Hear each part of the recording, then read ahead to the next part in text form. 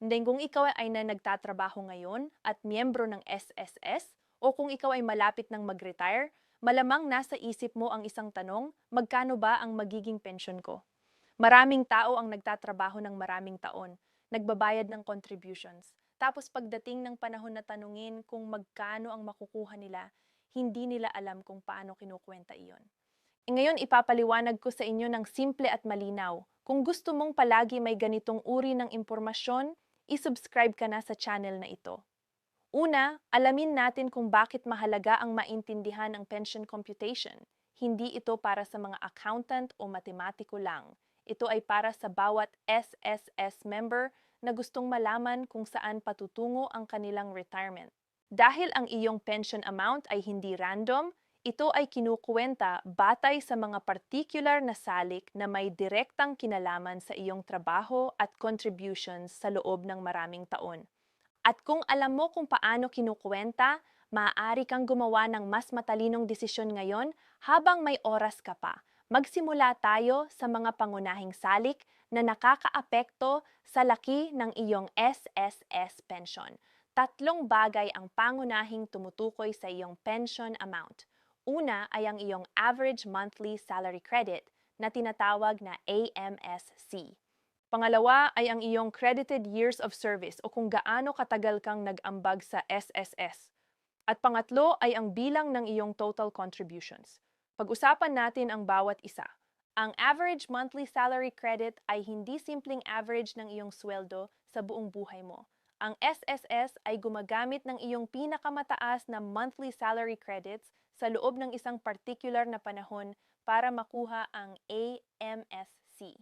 Karaniwang ginagamit ang iyong salary credits sa loob ng pinakamagandang 5 taon sa loob ng 10 taon bago ang iyong retirement.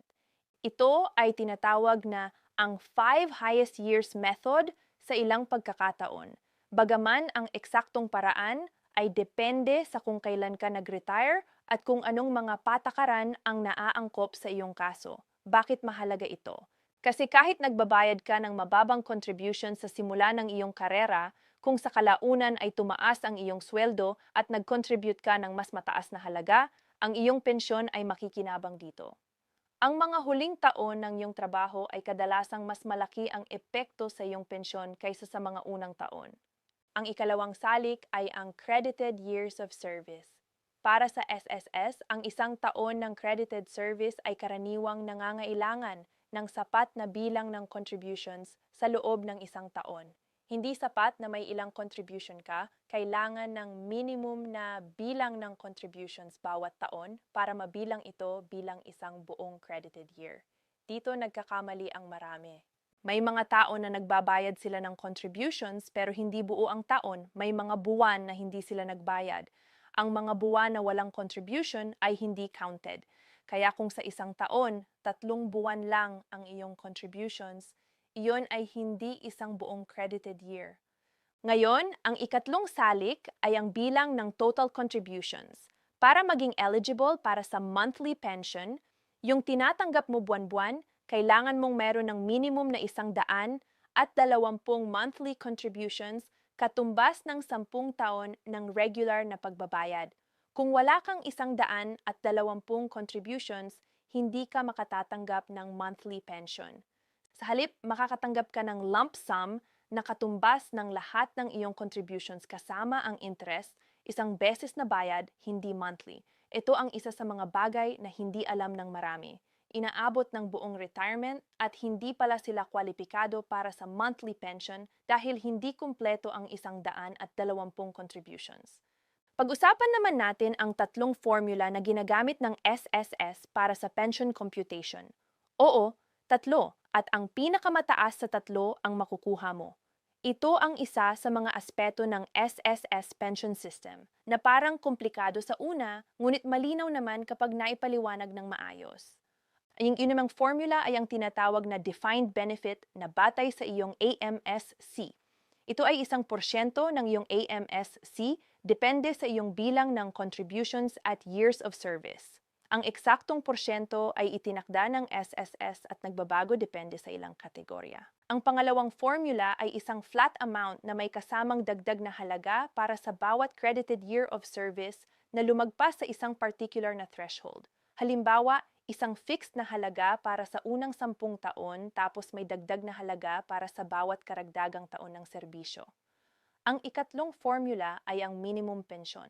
Kahit ano ang resulta ng unang dalawang formula, may minimum na pensyon ang SSS na garantisado para sa mga miyembro. Ito ay itinakda ng batas at nagbabago-bago sa paglipas ng panahon dahil sa mga amendment sa SSS law. Ang SSS ay kinukwenta ang lahat ng tatlong ito at ang pinakamataas sa tatlong resulta ang magiging iyong pensyon. Hayaan ninyong bigyan ko kayo ng isang halimbawa para mas maliwanag. Si Mang Andres ay nagtatrabaho ng 30 taon.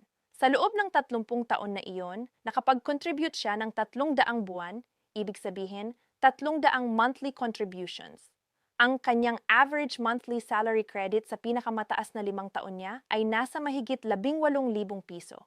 Sa ganitong sitwasyon, ang kanyang pensyon na maaaring makuha, batay sa mga kasalukuyang SSS formula, ay magiging mas mataas kaysa sa minimum pension kasi ang kanyang long service at mataas na salary credits ay nagbibigay ng mas magandang resulta sa unang dalawang formula.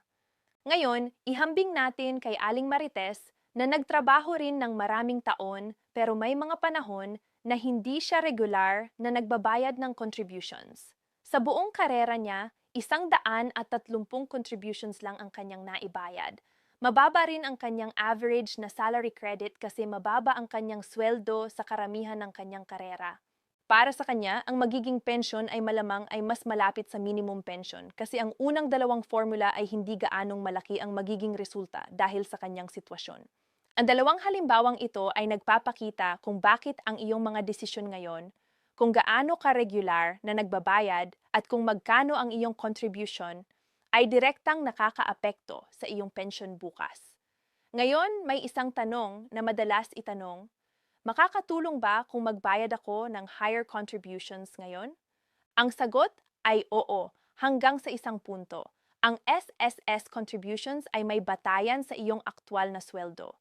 Kung ikaw ay employed, ang contribution mo ay batay sa iyong actual na sweldo at ang employer mo ay nagdadagdag ng sariling bahagi. Kung ikaw ay self-employed o voluntary member, maaari kang pumili ng salary bracket na batayan ng iyong contribution hanggang sa maximum na itinakda ng SSS. Ang pagpili ng mas mataas na salary bracket bilang self-employed o voluntary member ay nagpapataas ng iyong monthly salary credit na nakakatulong sa iyong AMSC at sa kalaunan ay sa iyong pension computation. Pero may limitasyon ito, ang SSS ay may maximum monthly salary credit. Hindi mo mapataas ang iyong contribution ng walang katapusan. And may mga patakaran din tungkol sa kung kailan pwede at kailan hindi pwede ang voluntary contributions, lalo na kung malapit ka na sa retirement age. At anong isang bagay na maraming late career members ang ginagawa, bigla nilang pinapalaki ang contributions ilang taon bago mag-retire, umaasang malaki ang magiging epekto sa pension. Pwedeng makatulong ito, pero hindi ito magic solution kung ang karamihan ng iyong karera ay mababang contributions. Pag-usapan natin ang tungkol sa pension para sa mga OFW at self-employed. Para sa mga overseas Filipino workers, ang SSS membership ay mahalaga rin. Ang OFW members ay maaaring magpatuloy ng kanilang contributions bilang voluntary members kahit nasa abroad. Ang kanilang pension computation ay katulad din ng formula para sa ibang miyembro batay sa AMSC, years of service, at total contributions. Para sa mga nagtatrabaho sa sariling negosyo o freelancers, ang mga voluntary contributions ay ang paraan para mapanatili ang SSS membership. Ang pagpili ng tamang salary bracket para sa contributions ay isang desisyon na may pangmatagalang epekto. Narito ang isang bagay na hindi karaniwang naiisip ng mga self-employed kung may mga taon na hindi ka nagbayad ng contributions dahil hindi regular ang kita, ang mga taong iyon ay hindi mabibilang bilang credited years of service. Kahit matagal ka ng miyembro ng SSS, kung may malalaking gaps sa iyong contribution history, ang iyong actual na credited years ay mas mababa pa kaysa sa inaakala mo. Pag-usapan din natin ang tungkol sa edad ng retirement at kung paano ito nakakaapekto sa pensyon.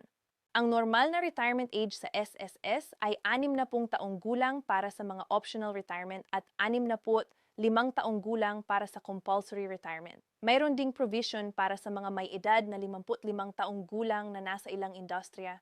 Kung mag-retire ka sa edad na 60, imbes na hintayin ang 65, ang iyong pensyon ay maaaring mas mababa hindi dahil sa parusa, kundi dahil sa mas kaunting years of service at possibly mas kaunting contributions. Bawat karagdagang taon ng trabaho ay nagdadagdag ng credited year of service at dagdag na contributions na nakakatulong sa pension computation.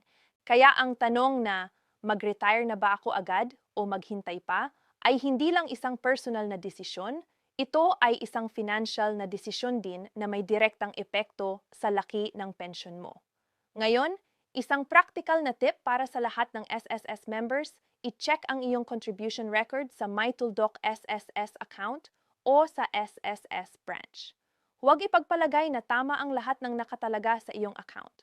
May mga kaso kung saan ang employer ay nagde-deduct ng SSS contributions mula sa sweldo ng empleyado pero hindi naman nire-remit sa SSS. Ibig sabihin, nagbabayad ka sa papel pero wala naman talaga sa records ng SSS. Kapag dumating ang oras ng iyong retirement at sinuri mo ang records mo, makikita mong kulang ang contributions mo at mahirap na i-recover yon. Kung mapansin mong may kulang sa iyong contribution records na dapat ay credited, kailangan mong humingi ng patunay mula sa iyong dating employer at i-file ang angkop na reklamo o request sa SSS. Mas madali itong gawin habang may buhay pa ang employer o habang available pa ang mga records. Huwag hintayin ang huling sandali bago ka mag-retire para suriin ito. Si Ginoong Ferdy ay nakaranas ng ganitong problema. Pagka-retire niya sa edad na 60, i-check niya ang kanyang SSS records at nalaman niyang may 5 taon na ang contributions niya ay hindi na credit ng tama. Ang employer niya noon ay nagde-deduct pero hindi remitting. Nag-file siya ng kaso pero mahirap nang i-trace ang mga records ng employer na iyon dahil matagal nang nagsara ang negosyo. Sa huli, hindi na niya na-i-recover ang lahat ng missing contributions at ang pensyon niya ay mas mababa kaysa sa dapat sana. Ang aral, i-check ang records habang maaga. Huwag hintayin ang retirement. Narito na ang mga pinaka-importanting bagay na dapat mong tandaan. Una, ang iyong pensyon ay kinukuwenta batay sa 3 formula at ang pinakamataas ang makukuha mo, kaya hindi ito arbitrary, may sistema ito. Pangalawa, ang iyong AMSC o Average Monthly Salary Credit ay isa sa pinakamalaking salik.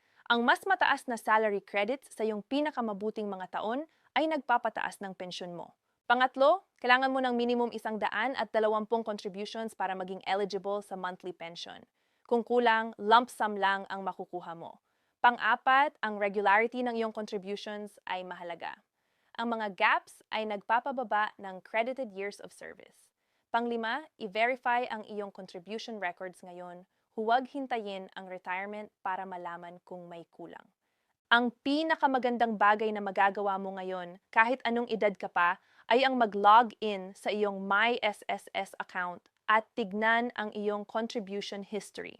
Alamin kung magkano na ang iyong credited years of service.